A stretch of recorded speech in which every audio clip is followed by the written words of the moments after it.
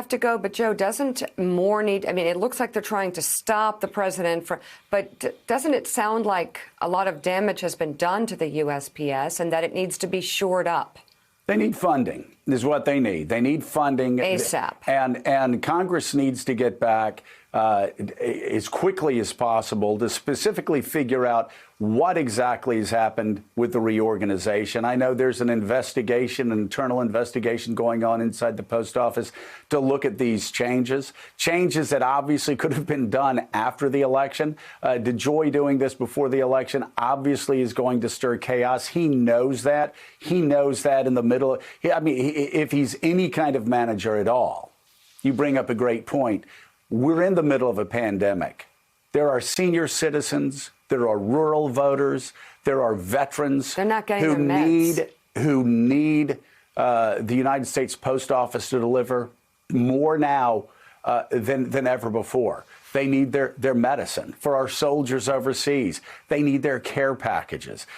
For rural farmers, they need equipment. They need. I mean, this is how people communicate, especially in rural America. They're not going out FedExing things all over the country as much as, say, in more urban areas. So to do this in the middle of a pandemic, and then also to be disruptive and do this before an election where he knows, DeJoy knows, that causing chaos will disenfranchise millions of Americans and undermine America's democratic process, is extraordinarily reckless. And he has a president who has said, quite deliberately, if we don't make a deal, that means they don't get money. That means they can't have universal mail-in voting.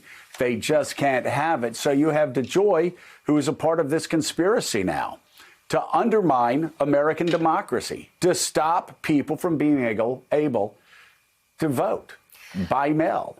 And in the middle of a pandemic that's killed how many? 170,000 people? We're getting there, yes. Yeah, probably going to be close to 200,000 by the time of this election.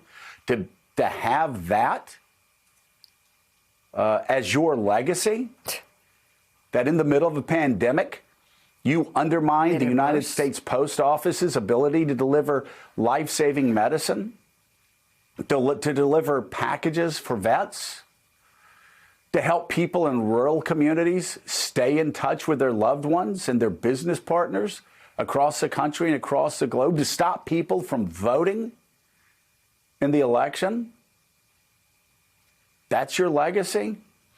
It's a very dangerous game to play if you're DeJoy, just because you want to be liked by Donald Trump. And it'll look far uglier, again, 3 months on the other side of the election than maybe DeJoy feels like it looks right now.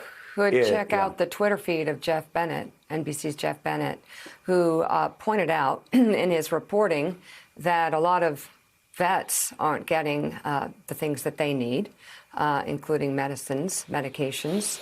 I thought this administration was all about the vets. No, I think everybody knows, Mika, this administration is all about Donald Trump. And what DeJoy is going to find out is what everybody else who has served Donald Trump has found out, that he's going to get them to compromise their values. He's going to get them to try to push up against the boundaries of what's legal, maybe even get them to break the law. I mean, you look at all the people that have been arrested around Donald Trump, all the campaign managers, all the national security advisors, all the deputy campaign managers, all the political advisors. It doesn't end well. They get arrested.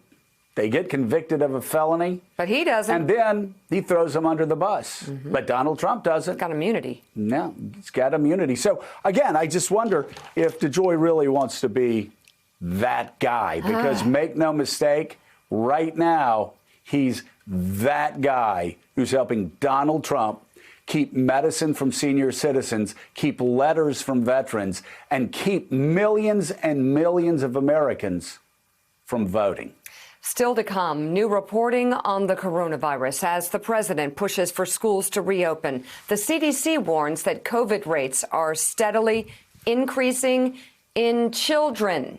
The president says children don't get it, but again, they do. Plus, the president seems to be eyeing another unproven treatment. First, it was hydroxychloroquine. Now we'll explain the new one ahead on Morning Gummy Joe. bears?